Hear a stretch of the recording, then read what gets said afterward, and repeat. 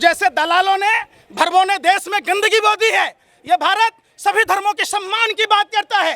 भारत में तो सभी योगी आदित्यनाथ भी तो इसका वो कर रहे हैं, कह रहे हैं लाउड स्पीकर में। काहे का योगी भैया, काहे का योगी बताइए? योगी कौन होता है? योगी फिर साधु और असाधु में, साधु और असाधु में फर्क समझिए। अगर आपको फर्क नहीं मालूम तो जाके रामचरितमानस पढ़िए। जो दूसरों के लिए जीता है, जो दूसरों को समान नजर से देखता है, जो असमानता से देखता है, और साधु नहीं हो सकता है। यह हमारे प्रभु श्री राम ने कहा है। और राम के चरित्र को अपने जेहन में जब अपनाइएगा तो आप नफरत की बात नहीं करेंगे। आपको पता है, रामायण पढ़ा आपने, प्रभु श्री राम नारी के सम्मान में लंका तक की यात्रा तय की। प्रभु श्री राम मातृदेवो भव पितृदेवो को पूरा किया। उनके पिता मौन थे। सौतेली माँ कैकेयी ने कहा तो राजपाट छोड़कर उन्होंने वनवास किया, भगवा वस्त्र पहना। ये थे हमारे प्रभु श्री राम। प्रभु श्री राम सवाल, ये एक बहुत बड़ी साजिश है। देश को कमजोर किया जा रहा है। और ये सारी चीजों की घटना अगर सरकार चाहती तो सैटेलाइट फुटेज के आधार पर दूध का दूध, पानी का पानी हो। सवाल सुनिए ना, अरे मसाला मत लगाइए। 5 ग्राम सुने, अरे सवाल, अरे तो पूछ रहा हूँ ना, 5 ग्राम कोर्डियल क्रूज जहाज पर क्या वहाँ तटरक्षक नहीं थे? क्या वहाँ जांच अधिकारी नहीं थे? शाहरुख खान का बेटा आर्यन खान चूंकि कोर्डियल क्रूज जहाज में था तो 5 ग्राम हेरोइन पर नागिन डांस कर रहे थे। अडानी के पोर्ट पर जो 30,000 टन पकड़ा गया, 2 कंटेनर, तो आप कहाँ थे? आप कहाँ थे?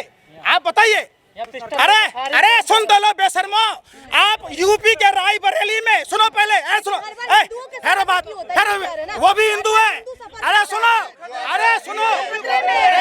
सुन नहीं रहे, सुनो पहले।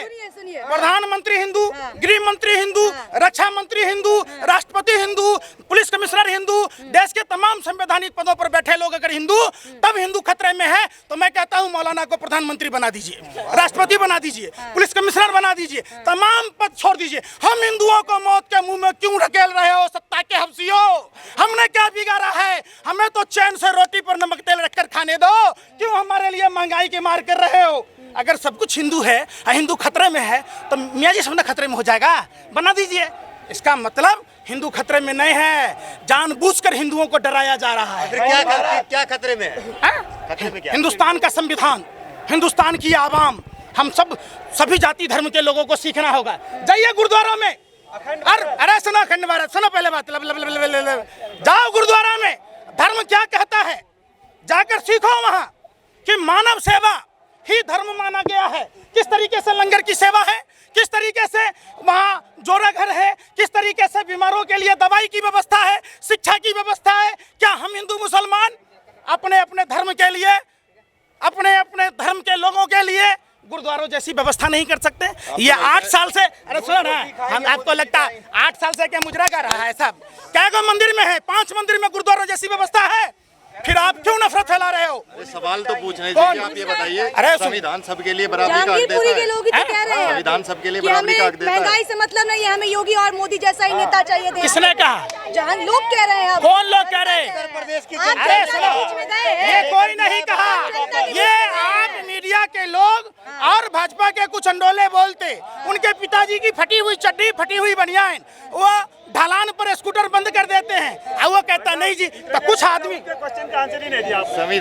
संविधान सबके लिए बराबरी रखता है। आपने संविधान पढ़ा है? अरे आप सवाल का जवाब दीजिए। मैंने पढ़ा है, हम आपके बात का जवाब दें, आप हमको नहीं दीजिएगा। पत्रकार संविधान में हमारा अधिकार है। हम जनता है, आम जनता है, आप हमसे हैं, आपको हमको फिर बात जरूरी नहीं है।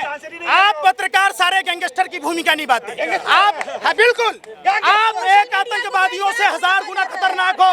आप लोगों ने देश की फिजा को खत्म कर दिया। आप लोगों ने अपने व्यापार करने के चक्कर में भारत का अमन भाईचारा कदम कौन कर रहा? आप कर रहे हैं। आप बोल रहे हैं ना, आप लोगों को चाहिए, आप लोगों को चाहिए, सुन लो, आप गैंगस्टर बता रहे हैं। बिल्कुल एक आतंक। अरे सुन लो, अरे सुन रहे मौलाना साहब के मामले में आप क्या थे? कोरोना का जब WHO ने कहा उस समय आप लोग कहाँ थे?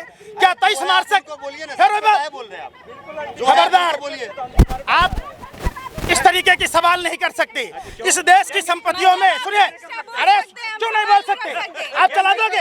आप सुनो, अरे सुन लो मैडम जी, आप सुन लो, पहले आप कैमरा पीछे करो, आप भी करो।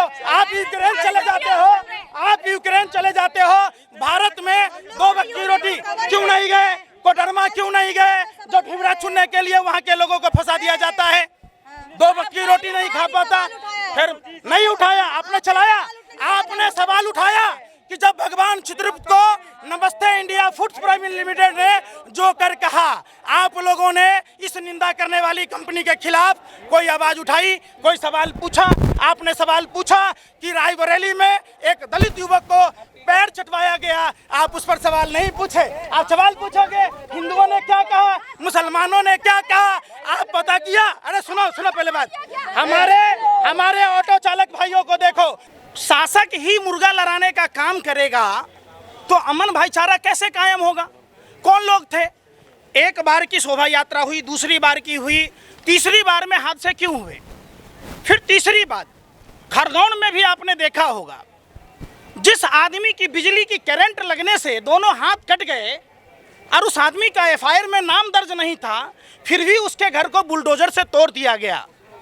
क्या जिस आदमी के पैर में रड था, जो लंगड़ा आदमी था, हाथों में हथकड़ी थी, वो रिवर्स में भाग रहा था और पुलिस ने उसको काउंटर कर दिया कि अपार सफलता के बाद खरगोन में देखा गया कि जिनके दोनों हाथ कटे हुए थे बिजली के करंट लगने से, वो आदमी दोनों हाथों से शोभा यात्रा पर पत्थर बरसा रहा था। देखिए पिक्चर साफ है, सैटेलाइट की फुटेज ये बताती है कि सेकंड की सुई कहां पर है।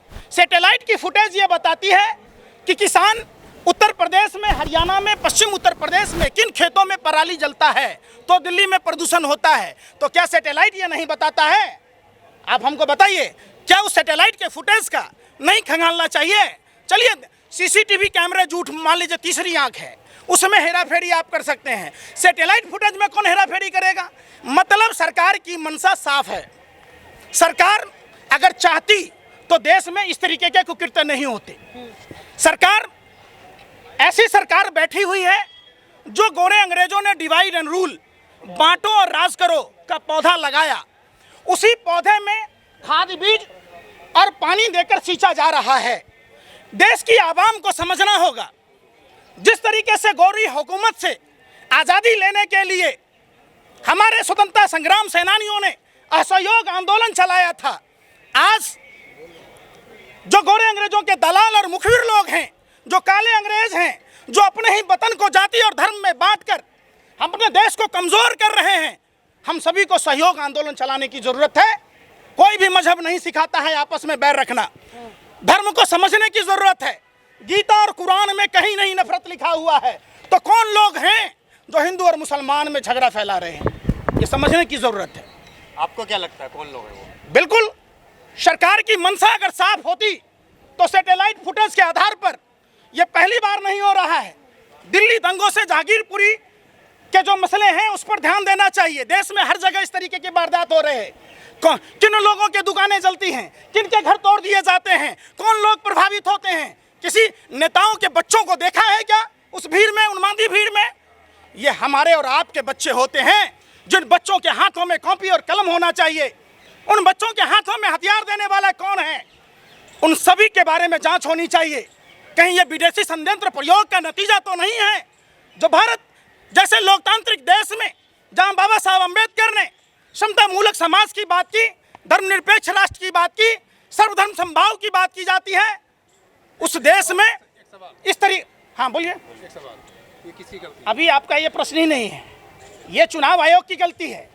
चुनाव आयोग पहले यह तय करे कि क्यों क्रिमिनलों को टिकट चुनाव प्रक्रिया में भाग लेने दिया जाता है। दूसरी बात, चुनाव आयोग ये तय करे कि जो चुनाव आयोग से 20 लाख ईवीएम गायब हैं, वो किन नेताओं के घर पर अचार बनने के लिए डाला हुआ है, ये कोई नहीं पूछता। ये देश सभी धर्म का है, सभी जाति के लोगों का है। आपको कुरान पढ़ने की जरूरत है, अगर आप मुसलमान हैं तो। आप हिंदू हैं तो रामायण और गीता पढ़ने की जरूरत है। आप अगर क्रिश्चियन हैं तो बाइबल पढ़िए, आप अगर सिख हैं तो सरल गुरु ग्रंथ साहिब पढ़िए। और ये चीज सीखिए, बगल में बंगला साहब गुरुद्वारा है, किस तरीके से मानव सेवा को ही धर्म माना गया है। रामचरितमानस में प्रभु श्री राम अपने भाई भरत के विनती पर कहते हैं, परहित जैसा कोई धर्म नहीं। परहित को धर्म मानते हुए भगवान सूर्यदेव अपने दिव्य ज्योति से आलोकित करते हैं। वायु सांस देती है, ये पेड़ जो वायु देती है जिससे आप जीवित रहते हैं। चंद्रमा शीतलता प्रदान करती है, पानी जीवन जीने की कला सिखाती है। तो जब हमारे भगवान कहते हैं, पहली बार ऐसा हो रहा है कि नरेंद्र मोदी के शासन में, निकम्मे निठल्ले प्रधानमंत्री के शासन में सिर्फ और सिर्फ चुनावी प्रक्रिया को ध्यान में रखा गया है। भारत में अगर जाति और धर्म के हिसाब से नफरत चलेगा तो हमारा देश कमजोर होगा। हमारे देश को अगर मजबूत करना है तो भारत के सभी जाति और सभी धर्म के लोगों को एक होकर लड़ना होगा। इन जो गोरे अंग्रेजों की दलाली करने वाली शक्तियां हैं, देश में नफरत की कोई जगह नहीं है। भूख सबको लगती है, प्यास सबको लगता है, सबके लिए स्कूल चाहिए, सबके लिए अस्पताल चाहिए। आप बताइए, धार्मिक जुलूसों में हथियारों का क्या काम है? कौन लोग हैं? अमित शाह ने तो अब जांच की कहा ही है ना कि जिसने ये दंगे भड़काए हैं उसके लिए सख्त से सख्त कार्रवाई होनी चाहिए। जांच की तो उन्होंने बात कह ही दी है। अब अमित शाह का बेटा बीसीसीआई का सेक्रेटरी बनेगा, हमारा बेटा धार्मिक झंडा ढोएगा? आप पूछे, आप किस आधार पर बना भैया? किस आधार पर? समझिए, देश की जनता को समझना होगा। सभी जाति सभी धर्म के लोगों को इकट्ठा होना होगा। हम धर्म के लिए नहीं, धर्म हमारे लिए है। हम धर्म के लिए पैदा नहीं लिए हैं, धर्म हमारे लिए है। धर्म एक सभ्यता है, संस्कृति है, जीवन जीने की कला सिखाती है। कौन सा धर्म कहता है? कहता है नमाज के टाइम में लाउड स्पीकर बजा देंगे भैया, तो तरावी कौन करेगा बे? रोजा कौन रखेगा? आप बता, ये कोई मतलब है क्या? वो अगर हनुमान चालीसा पढ़ने की बात करते तो आपको क्या कौन है? अरे